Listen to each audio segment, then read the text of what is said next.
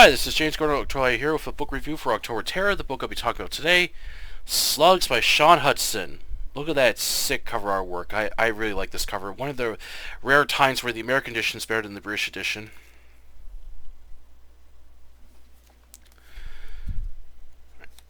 This was first published by Star on November 1st, 1982. This edition is from Leisure Books from 1987. This is a book I've been wanting to review on the channel for a long time. I'm so glad I finally got around to it. This is an absolute pulp horror classic that I've been wanting to read for a long time. Now, if anyone's not heard of this book, I know what you're maybe thinking. Killer Slugs, really? Trust me, this book isn't meant to be taken seriously, and this isn't a dark comedy. This is a horror novel where you just sit back, you shut your brain off, and you just enjoy the mayhem and carnage that these killer slugs cause throughout England. This was absolute fun reading this book again. There's a lot of like gruesome gore and death scenes from these killer slugs in the book. However, there were some things I didn't like the book. I felt it could use a little more to the plot. I felt it was a little too simple and basic. I wish I had a subplot that leads up to like a big major event. I thought would have made it a lot better. The characters were okay. Like they're just like your average everyday characters. But overall, this was still a lot of fun to read, and this is an absolute classic by Shaun Hutson. Alright, I'll explain more about this book. I review the things I liked with it and the things I didn't like with it. Alright, onto the book review. Plot. Ron Bell walks down the dark streets of Merton, England while drunk. Returning home on Elm Drive, a rough area in London with a lot of run-down homes. Ron struggles getting his key into the front door. Entering his messy living room as he pours himself a drink in his tank tard while sitting in a chair, reaches for the portable TV and messes around with the antenna till he can see a clear picture on the screen. Ron wants to enjoy what peace he has left before he's evicted from his house after failing to pay the bills. Ron chuckles as they'll have to drag him out. His life became a train wreck after his wife left him when she discovered he was secretly having an affair. He doesn't care anymore. Ron just wants to drink his life away. After getting bored with TV, he attempts to head off to bed, but trips over the coffee table and passes out. Ron awakens later feeling a horrible pain along with something wet and sticky crawling on his body. Ron looks at his leg and is horrified to see big black slugs eating away at his flesh. Ron tries to run, but is unable to. One slug bites into his jugular, causing a massive amount of blood to spill out. The slugs devour Ron's body, leaving behind bloody remains. They leave the house hungering for more raw flesh. The following morning, Mike Bradley, a health inspector officer, awakens in his flat, trying to reach for his alarm clock but knocks it off the nightstand. His wife, Kim Bradley, a nursery teacher, is staying home since a strike is going on with the employees demanding an increase of their low pay. Being married 3 years hasn't been easy for them. Kim nearly died in a car accident while pregnant and suffered a miscarriage. This caused Kim to be depressed and took a job of helping children to lift up her spirits. While he's making good money, however, isn't happy about reaching 40 years old and is gaining weight. Getting dressed for work, Mike leaves his flat and enters his late model Vauxhall Victor. He drives towards the council office to pick up Archie Reese, a tall and muscular man who enjoys his job a little too much. Mike dislikes Archie for his cruel tactics on evicting people from their homes. One incident, Archie whacked a chair leg into a man's head when he refused to leave in front of his family, sending him to the hospital. Archie tries to smile at Mike but refuses to smile back. Archie gets in his Vauxhall, then drives out in the parking lot. Archie informs Mike they are to evict Ron Bell from his house. Upon arriving, both men are shocked to see how badly the condition of the house is, along with the uncut lawn. They knock and call for Ron, but they don't hear anything. Archie takes off his jacket, wraps around his wrist, and punches out the door window. Reaching inside and unlocks the front door. However, as they enter, they both notice a foul stench in the air. Mike and Archie are shocked to find bloody remains of Ron. They quickly leave and call the police. 5 minutes later, both police and ambulance crew arrive. While the police are unsure what caused Ron's death and ate his remains, but everyone is shocked by what they see, with one paramedic vomits at the sight of the grisly remains. Mike examines the rest of Ron's house and finds slime trail in the filthy basement that leads upstairs.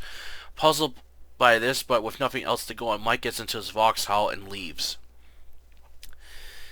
After eating lunch and returning back to his office, Mike gets a message from a very cute and busty woman, Julie, that a woman, Mrs. Fortune, called about her toilet and sink drain being clogged, along with an awful smell.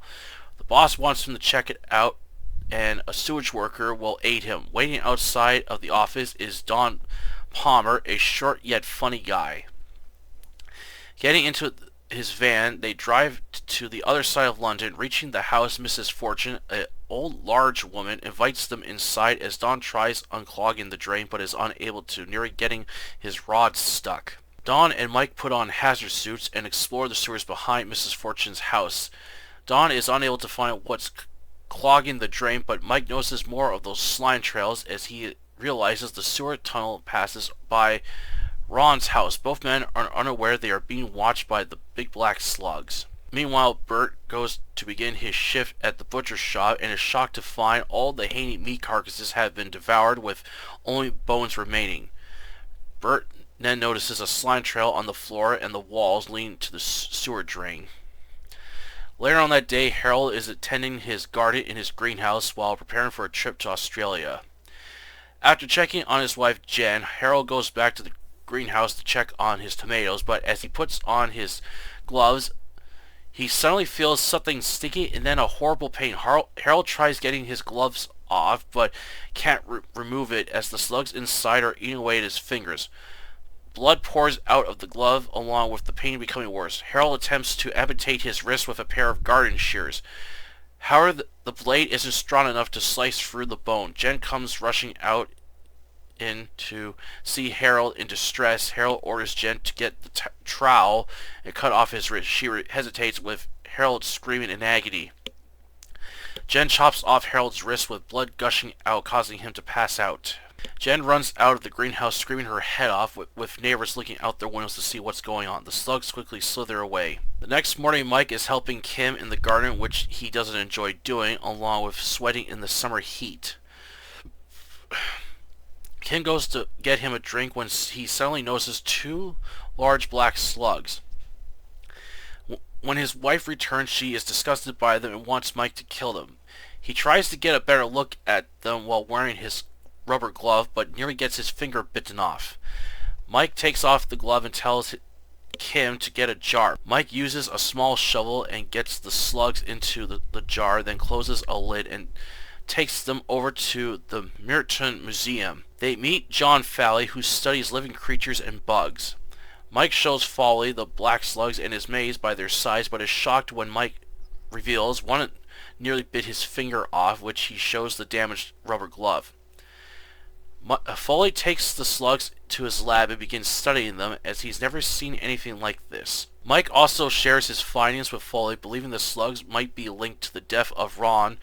Foley is a bit skeptical, but believes it could be possible if there was a swarm of them. Mike gives Foley his card and to keep him posted. A series of accidents begin happening across London, leading to the death of both children and adults, all related to those black slugs. Then Mike is called in after a business meeting at a hotel turned tragic when David Watson was making a computer deal with American buyers while having dinner, when suddenly blood began gushing out of his nose, followed by his eyes, causing a bloody mess, along with several people to lose their appetite. Mike is called in and is shocked by what he sees.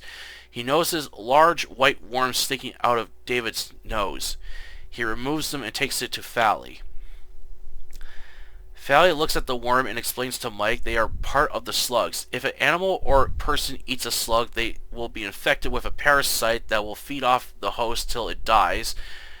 And in this case, this hybrid black slug's parasite is twice as deadly than a normal slug. Fowley theorizes they are dealing with a hybrid slug that has been crossbred and is using the sewer system as its home and traveling across London. Mike knows if they go to the police, they won't believe them, and also adds that he tried killing them with the strongest pesticide with no effect. Foley plans to create a poison powerful enough to destroy them, as he explains the female slugs can lay over 1 million eggs within a year, and they might be dealing with millions of flesh-hungry slugs. As the death toll is rising, Foley comes up with a method of killing these slugs, and with the aid of Palmer, they plan to enter the sewer system and exterminate the slugs from spreading further in London, or is it too late? Slugs was a fun 80s killer bug novel, very well written with good detail on locations and characters, also had a few scenic parts which I really enjoyed. Pacing was good with no scenes of unwanted filler, as Shaun does a good job of keeping focus on the main plot. The main character, Mike, and the two others, Foley and Palmer, were fun characters. The rest of the cast was alright, with a few characters I didn't like.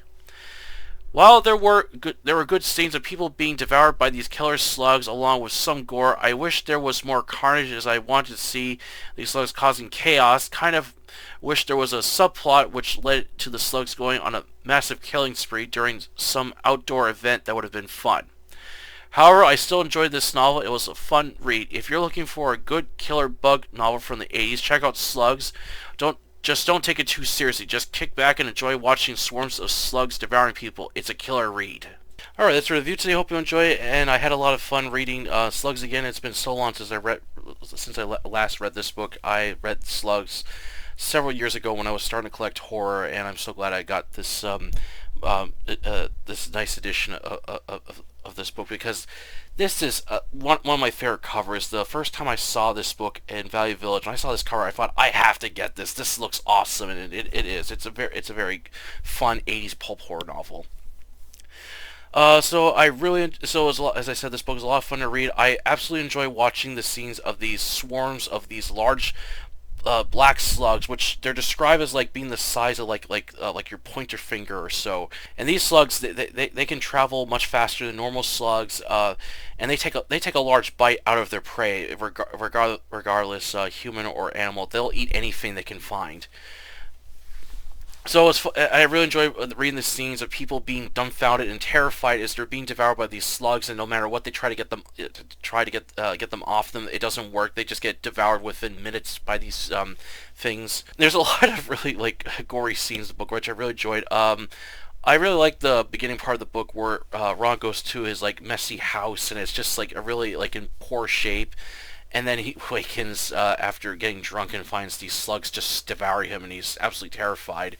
There's actually a couple scenes in the book that are very atmospheric, which I really like. These like atmosphere scenes where it's just empty areas, and Shaun's just describing detail of these areas, which I really enjoyed. There was also one scene I really liked, which it took place in a graveyard, which I really like those scenes as well. The characters were fun and okay. Like Mike was an alright character. He's just an average everyday guy, and then you got the other two, Foley, the scientist, and then later on Palmer. These were fun characters to read. The one character that Mike doesn't like working with, Archie, I thought he was going to appear more in the book, but he only appears in that one part, and that's it. I thought, okay, that's good, because I didn't like the character either, and a couple others, but other than that, the characters were alright. Pacing was good. There was nothing. Shaun doesn't drag on the scenes. He doesn't add any wanted filler.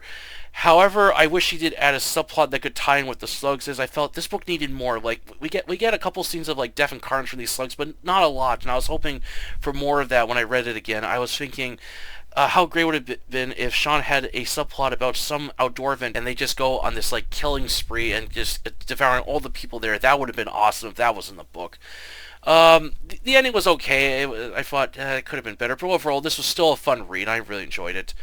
So if you're looking for a fun killer bug book to read, Slugs would definitely recommend. It's a lot of fun to read, and one of Shaun Hutson's best novels I've read, along with Assassins. I definitely got to do more of his novels on the channel, as this author doesn't get enough credit as he deserves.